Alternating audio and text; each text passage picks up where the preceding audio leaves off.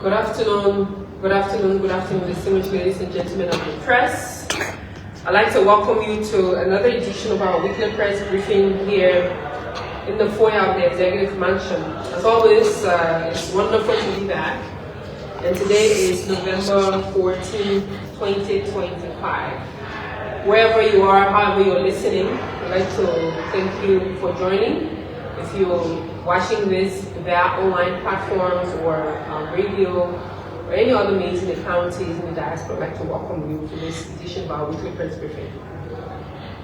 As always, it has been a really busy time for His Excellency continuing to work for the Liberian people and working on the issues relating to what he looks forward to doing every day in the Republic.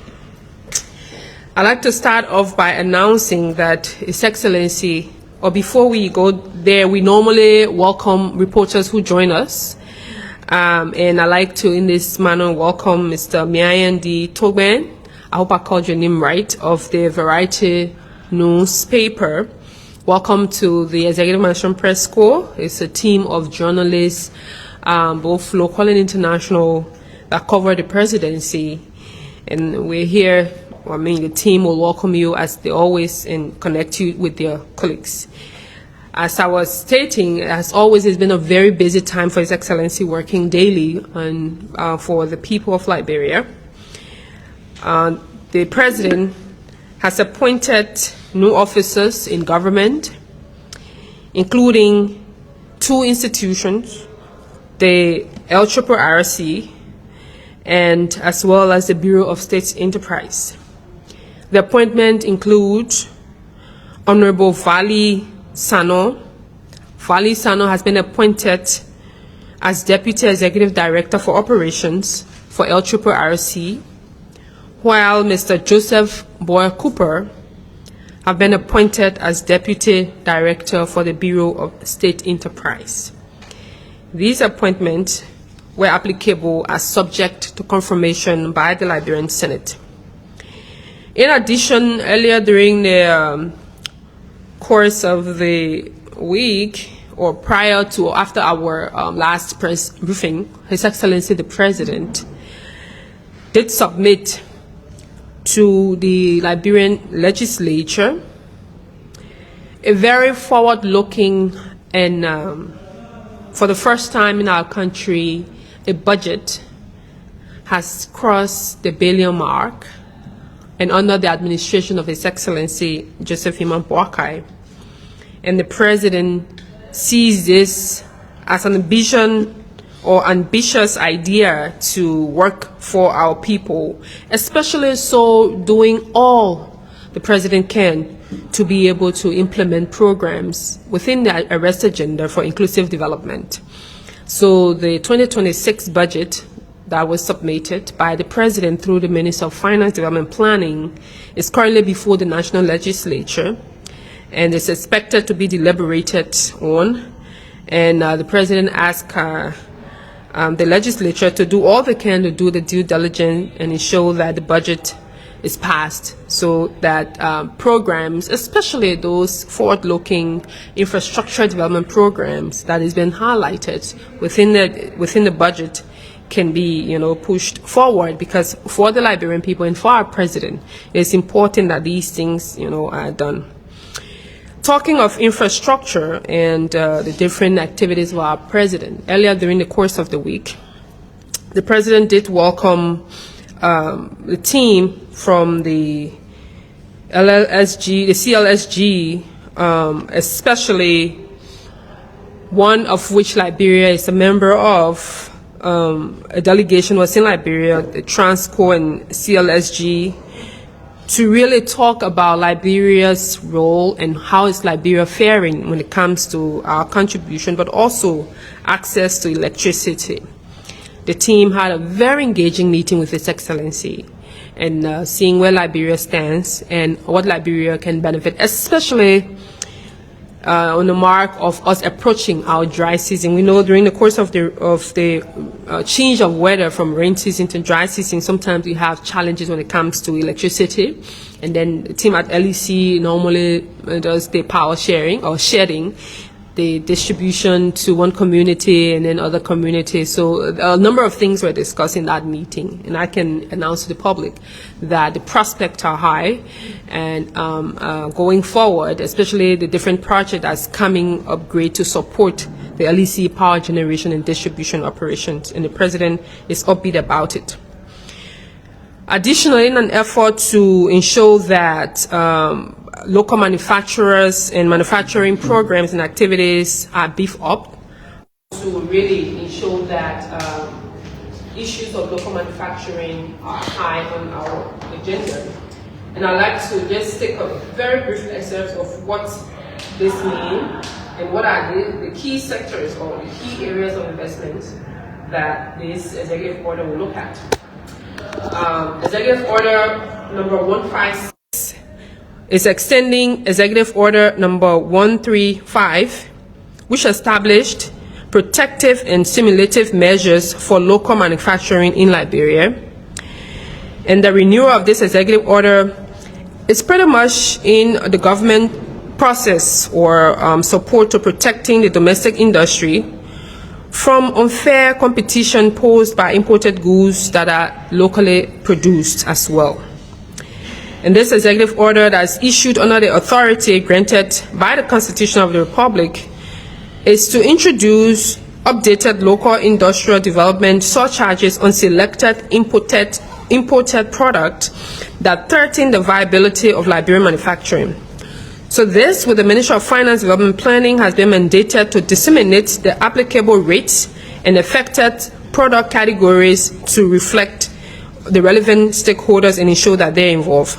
So among some of the items, I'll just list very quickly some of the items that were looked at in the executive order. They include the surcharges on flour. As you know, earlier on, a couple of months down the line, our president, working with his vice president to ensure that commodities on the market are reduced, the committee that was set up by him and headed by the vice president. One of such was to ensure the reduction of the price of flour. And here in this executive order also emphasized that. So the commodities include flour, biscuits, soap, tissue, soft drink, menthol products, among others.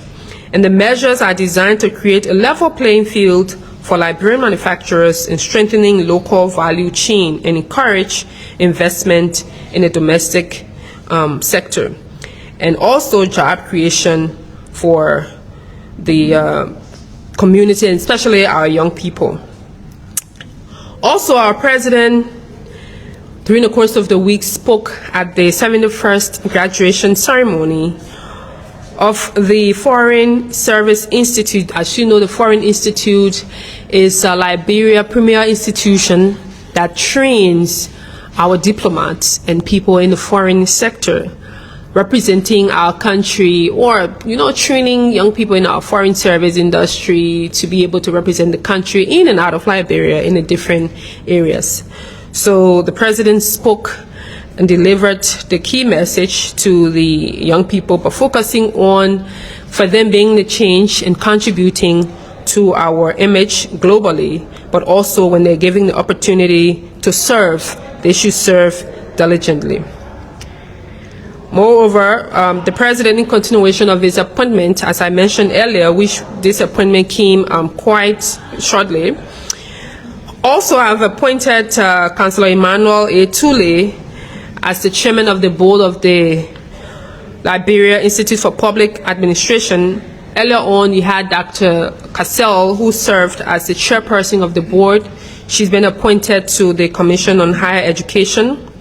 Dr. Henry Tokba also is now chairing the board of directors of CARI, as well as the reactivation of the National Bureau of Veteran Affairs. He reactivated this by appointing leadership inclusive of Attorney Major Jackson Molu, Director General, Major Fred Isaac Smo, Deputy Director General for Administration, and First Lieutenant Isaac T. Wallace, Deputy Director General for Veteran Affairs.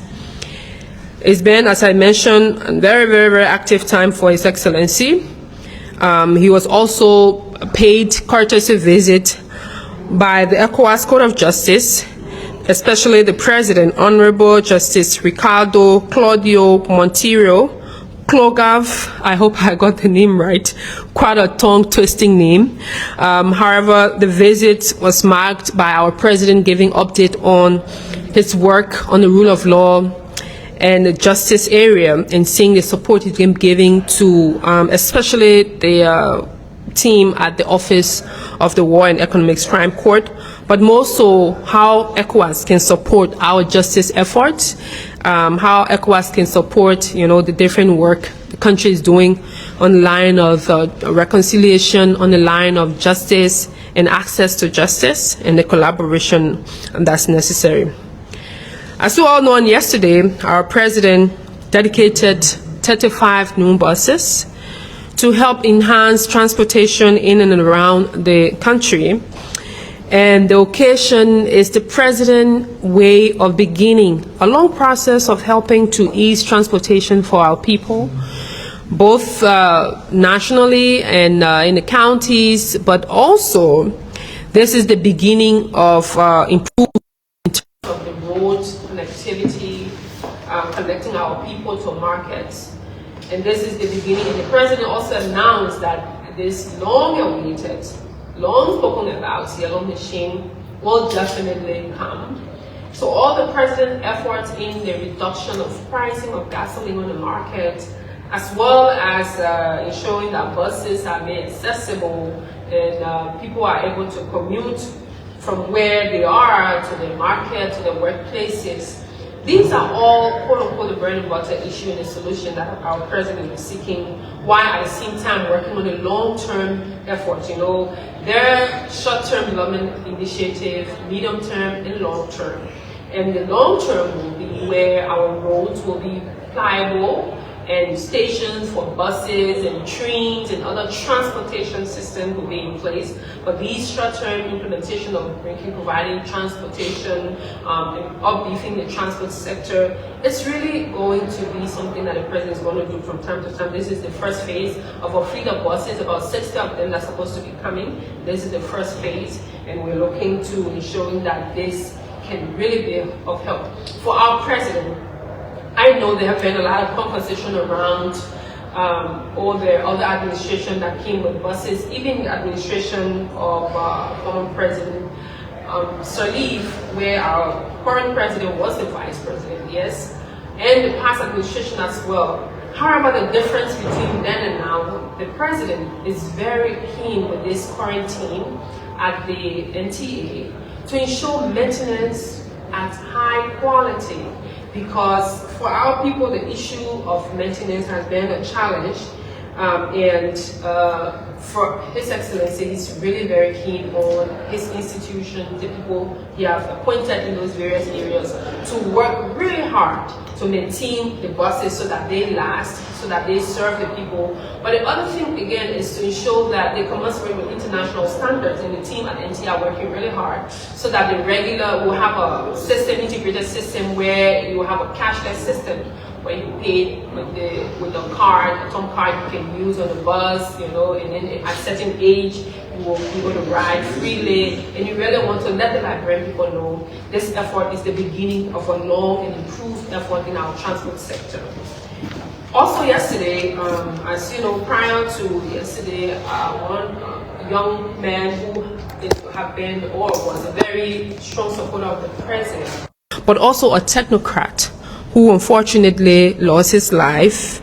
Our President went to sympathize with the family, and we did announce it here prior to now, but he went yesterday to sympathize with our late brother Amadou Yaya So in the Benson Street area. The President expressed his condolences to the families and friends of our dear brother, Honorable Soul. May Allah have mercy on him, and may his soul rest perfectly, and may Allah give him Al-Jannat Firdaus. Our President is really happy to announce to all of you that what he's done so far, the activities of the administration, and going forward, there have been lots of progress, and he's insistent on doing all he can for the betterment of our country, and he will not relent until that really comes. becomes better in Liberia. So I will pause here. Should you have any question, comment, as always, kindly state your name, the institution you represent, and your particular question. Thank you and good afternoon. Yes. Good afternoon. Yes, my name is Prince Sa, and I report for the newspaper. Yesterday, President Ouattara was moved by citizens while riding one of the newly commissioned NTA buses. What is the official reaction of the presidency to citizens warning President Ouattara during the bus? And two, does the president interpret the bullying as public dissatisfaction with his leadership? Thank you. Thank you. First of all, I can tell you, even though I personally wasn't on the bus ride, but my team was on the bus ride, and we did follow because we're here in the office busy with other national issue. But it was just a very small number of people as compared to the number of cheers, the number of excitement, the people who were very happy to, for the first time, see the president taking a public transportation one, but two, see under 2 years what the president have been able to do, especially on the mark of public transportation, being able to, revamp an entity that was or have been funded through national budget from past administration and saw how it was dilapidated, burned down. That NTA was almost closer to an NTA that was marked by, if you will, ravaged by war, like the scrimmages or things that you saw there, burned down buses, broken down buses, no more NTA buses. You can't see anything. Literally, the structure portion of it was burned down and looking filthy. And in less than 2 years, to take it from where it was to where it is now and being able to put transportation, 35 buses on the Miro, people were very happy. I can say the number of persons who were happy, the number of chairs that were there, the number of people who were clapping, people who were waving and excited, they outnumber a few people who had, of course, we live in a democratic space. We live in a space where people will have different opinion no matter what you do. And I've said this a number of times in different interviews, even here, that no matter what the president does, there will be people who disagree with him. And unfortunately, that's how democracy works. And the fact that people express, their views or, did what they did, I mean, the president does not see that as a disagreement, but in fact, it has even energized him more to do more to ensure that the people he's appointed to NTA to maintain the buses and do well and ensure that the counties have means of transportation, that roads are passable, that people can take buses from Monrovia to as far as Brain Crew and back and other places. For him, his interest is making Liberia better. So the number of persons who were very happy with him, even if you watch the live video, the comments and the commendations were even more than the people who condemned or people who were booing, because we live in a democratic space, like I've mentioned. There are people who didn't support him. It was almost a balanced electoral result. So no matter what, people will still not like you, but he doesn't really give that, high credence, but he wants to let all of us know that, in fact, he's going to work more. He's going to do his best to make sure Liberia becomes better or is better than how he met it. Yes. Please, Lois, please. Okay. You want to hold the mic, please? Yeah. I seem to be corrected. Yesterday, following the president address at the NTA, trying to do a script. And then the president talked about EcoBank financing the acquisition of the buses.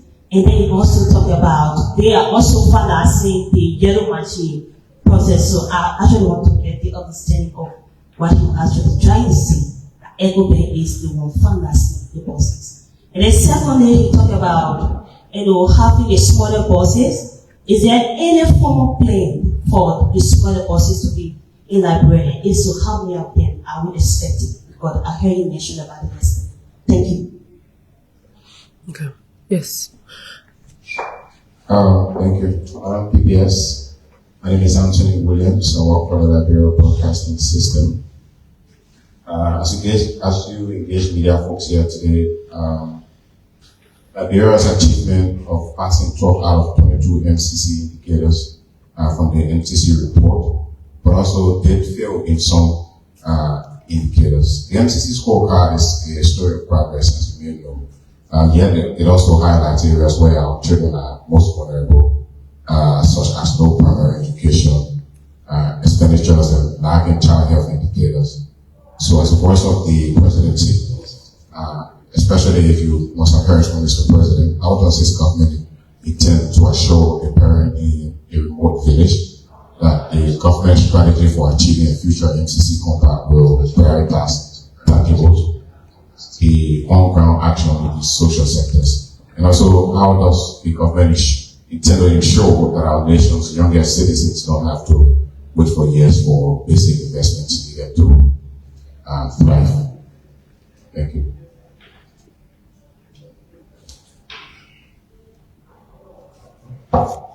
Yeah, good afternoon, Madam PPS. My name is Yubini Masare and I work for Sky Communications, Sky FM and Sky Television.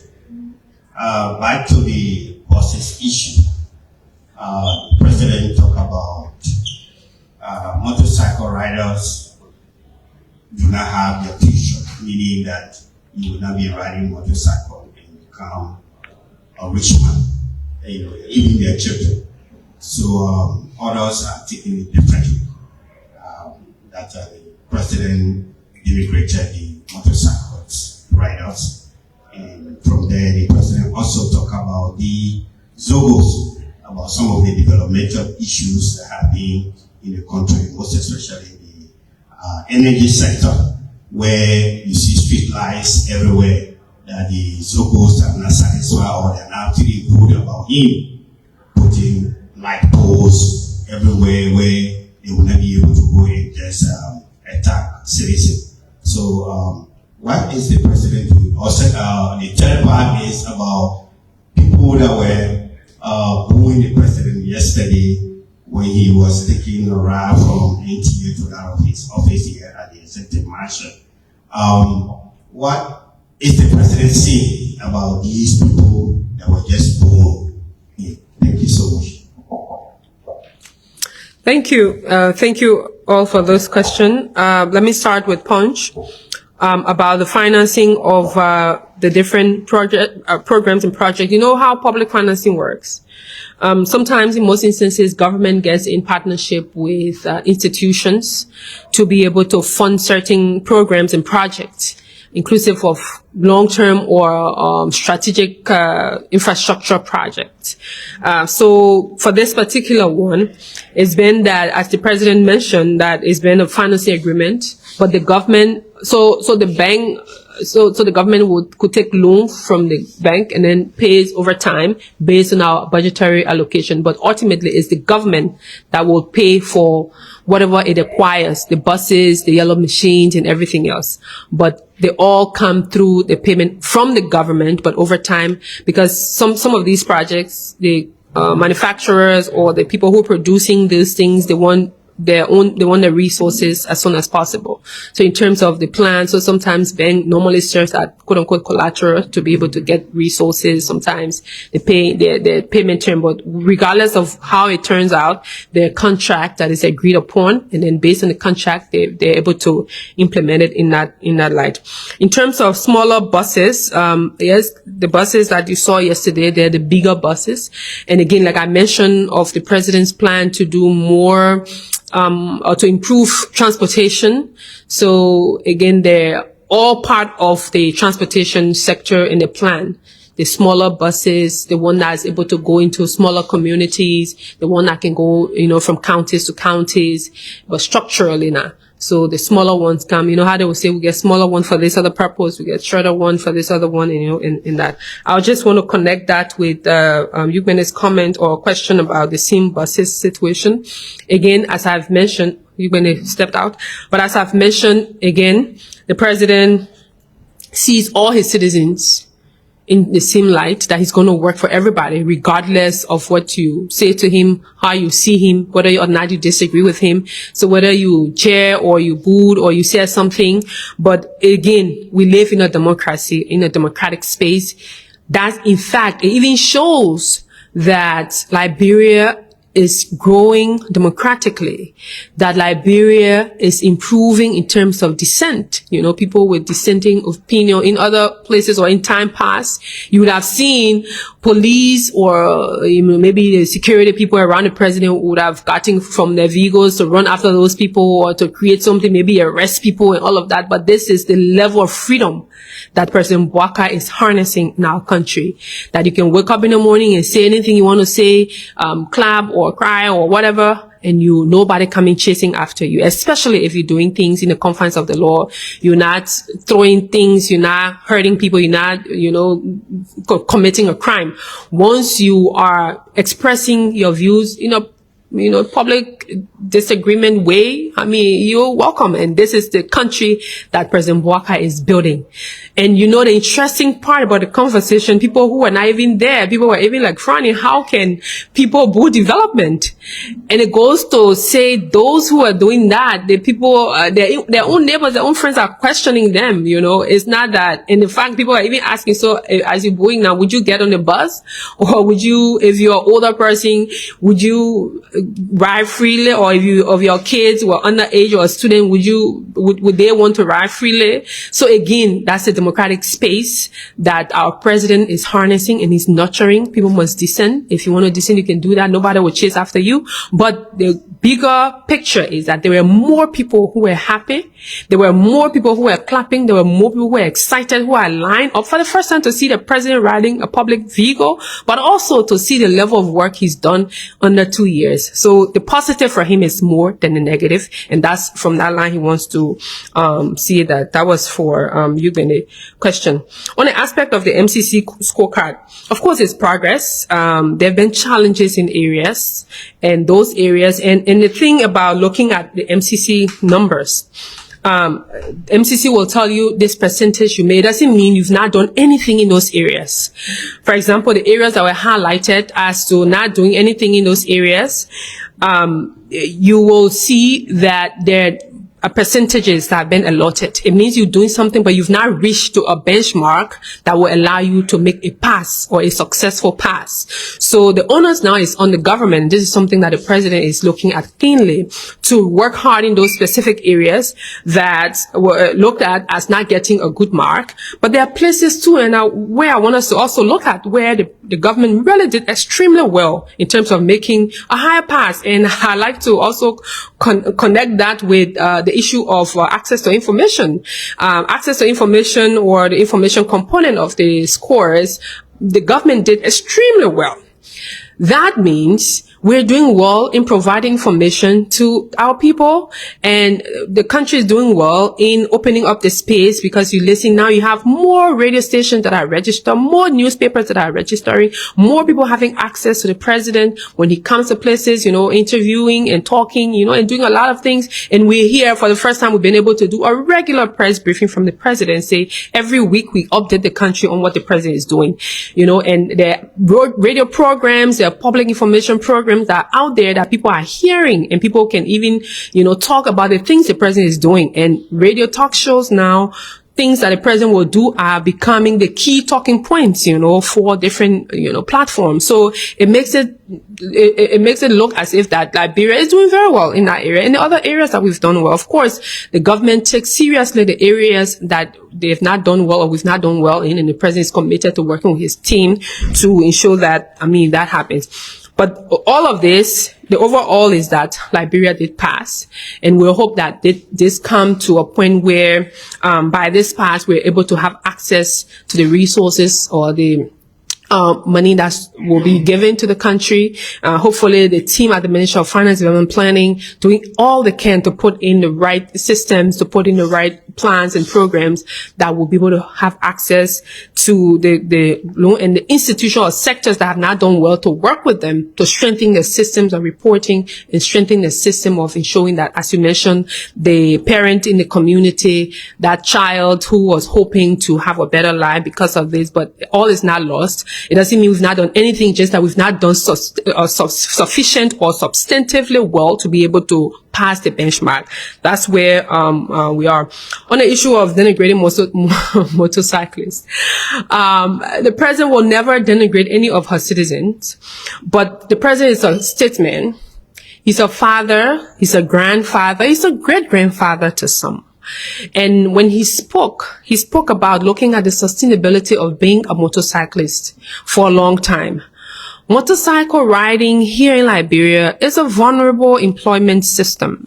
Yes, it's something that can give you short-term resources, but also seeing how our brothers ride. And if you go to the hospitals, for example, there are lots of accident cases. People have had, accidents, our brothers, and even the way sometimes they comport themselves in the communities, sometimes it becomes challenging. So when the president talked about riding motorbike is not sustainable, he was very clear and he was honest, being an honest man. The thing with Liberian people, everybody just wants you to be politically correct or sugarcoat things, but for him, he doesn't sugarcoat anything. He speaks from his heart, and he was speaking because he meant it. He meant it that he's working to get motorcyclists out of the street, put them into a structure and system that they're able to have employment that are sustainable, that they can take care of their families in a safe manner. For example, some of the reason why he brought up this conversation, one of the other plans that he had was to see how, because the fact that motorcyclists are interested in transportation sector, is to see how he can connect some of them to the buses he's bringing, train some of them, become drivers, take some of them off the street for motorcycle riding and put them in the vehicle system, the bus, the public transportation, all of that.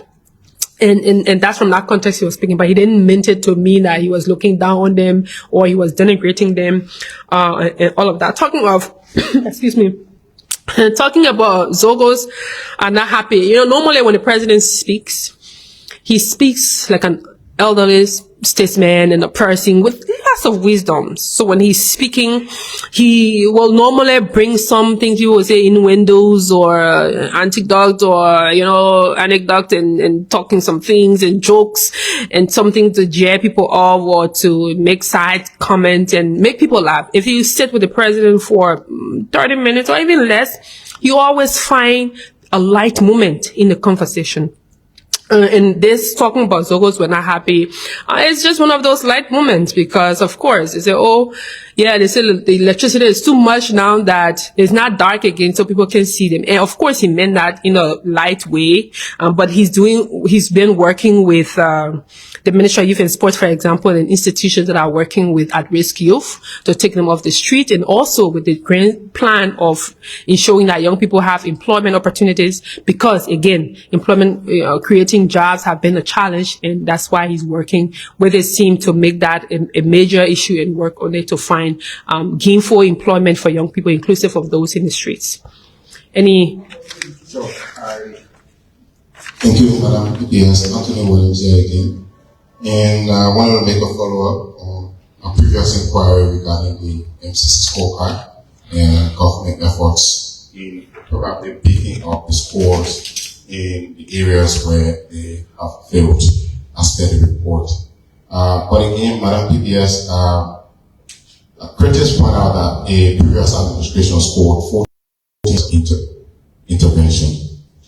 So while 10 other indicators, including crucial areas like government effectiveness, have got some lower marks, how does the presidency reconcile the celebration of 12 indicator marks with the reality that the country has regressed from the previous high mark and can now clearly articulate how the government's compact strategy for energy and infrastructure will simultaneously deliver the deep institutional reforms that the government is working on? Great question. So here is how I will put it so that the people we're speaking to will understand. So imagine, Anthony, you were supposed to graduate from college.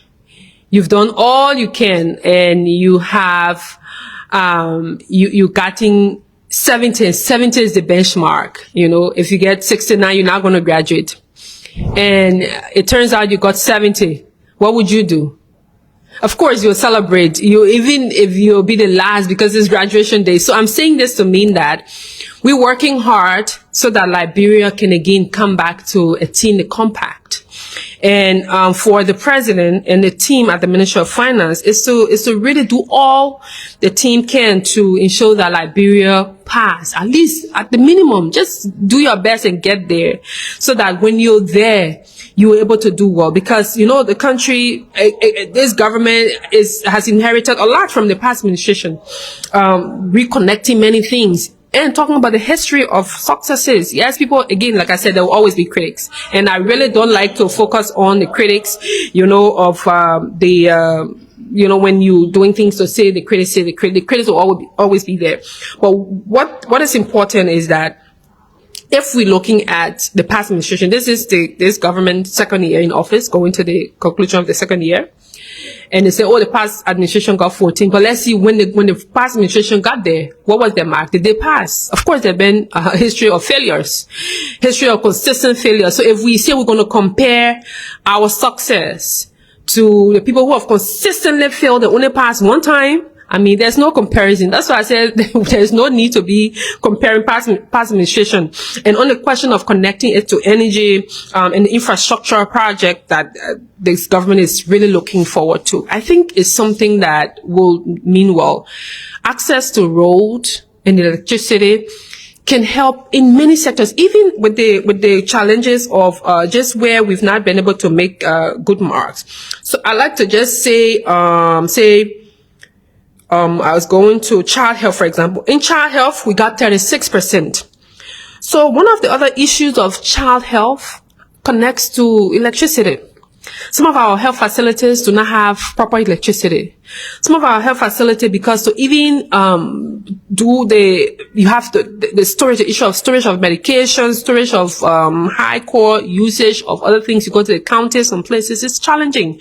So it's important that these infrastructure projects are linked to, you know, the bigger plan. So places that girls' education, we got 25%. And these are things that all connect to the infrastructure project. So again, with the government and with the Ministry of Finance and Development office, the minister, the deputy ministers, the assistant ministers who are working on this particular program, the compact, they're working very hard, I can say, because I've had an opportunity to really engage some of them and engage the minister on this. And I feel that we do have the best of team to be able to work with the World Bank, all financial institutions, whether it's the World Bank, whether it's the MCC, whether it's the International Financial Institution, and you know, and all those people who are working on our financial portfolio. It's important that once we're able to clear these things, we're able to show that as a country we have these structures in place to attain these resources. We can be able to do well with it, and I trust, and I'm sure the president also very, very much so. That's why he's the Minister of Finance, Development Planning. Trust the judgment and workings of the minister and his team to be able to take us there. And the president and his team not sleeping.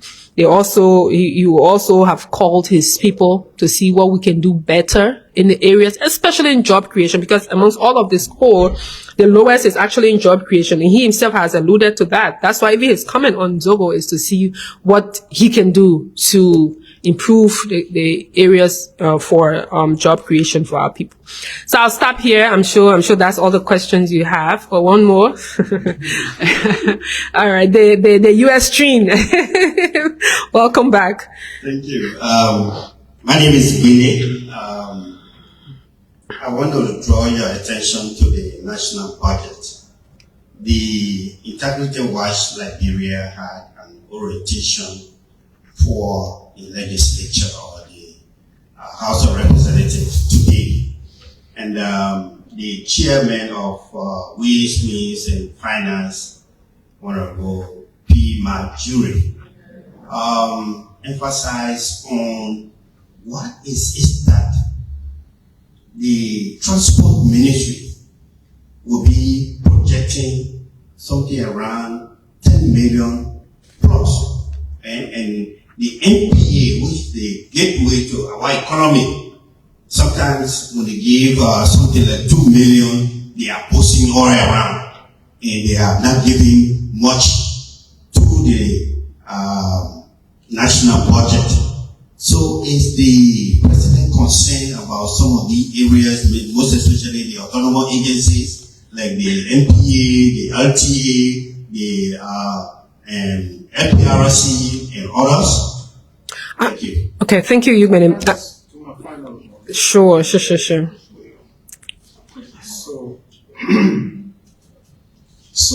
thank you, Madam. This one will not be long. Just the other day, and I don't want to take us back necessarily, but just the other day, when Mr. President returned from attending a state visit in France upon the invitation of his counterpart, President Macron, I asked him about follow-up mechanism because you are aware Mr. President held several key investment meetings out there, especially with MENDEF. MENDEF, one of the French largest employment enterprise. I was concerned about follow-up mechanism, and Mr. President responded right on the spot, directing me to members of his cabinet that the board is now in the court to go after some of those engagements that were held. Any update from my question regarding efforts on making sure that the cabinet can ensure that some of these meetings that were held can start yielding fruitful results in the soonest possible time? Thank you, and I will start with that one, Anthony. Absolutely, the president, and that's why I appeared on one of the local radio the other day to talk about the president's visit and what he's brought, quote unquote, what he's brought, and the follow-up mechanisms. Of course, the president is clear on follow-up plans, and those who are in charge of that, they normally in those international engagement is the Minister of Foreign Affairs, and I can say there have been a number of different follow-ups that have happened, and is again there very much a lot of things again, like I mentioned, that have happened since then, since his return, and they briefed him. He's normally briefed as to where those conversations are and what's happening, and at the appropriate time or in the soonest possible time, you will hear those specifics as to what the plan between France and Liberia, and even the UAE and Liberia, what have been the outcomes or what are some of the things that will be happening soon. But I can just say there have been a number of conversations around plans and MOU to be able to see the different areas of collaboration between our development plan and France development plan, and where the both teams meet and can be able to talk about that. To you, when this point as to contribution to the national budget, even the way you see that this year's national budgets have gone up to $1 billion plus is specifically based on those conversations. The president has his economic management team that they meet regularly to update on where the country is, as to even revenue projections as to where we can get more resources. You also heard recently of the president's directive of officials to, pay taxes and whatnot. So there have been strategies around ensuring that resources are garnered for the national budget. So as to who specifically pay and what they pay to the national budget, whether the Ministry of Transport is paying more than the others, again, the financial management team or the economic management team of the president, they're reviewing that, and they'll be able to update the president as to plans and why certain institutions are paying this and what they can do to ensure that the revenue generating institutions also contribute their fair share to the national budget. It's a conversation that's happening. I can inform you that it's a conversation that's happening, whether it's the LPRC, the National Port Authority, the RIA, and others that receives revenue or resources to be able to contribute substantively to the national budget. So as to specifically how much each will pay, when that conversation is to be made, if it's to be made for public consumption, definitely you'll hear from us here at the Executive Mansion, or even the Ministry of Information as well. So again, thank you all for coming as always. I look forward to connecting with you again, and have a wonderful afternoon. Good afternoon. think it's education.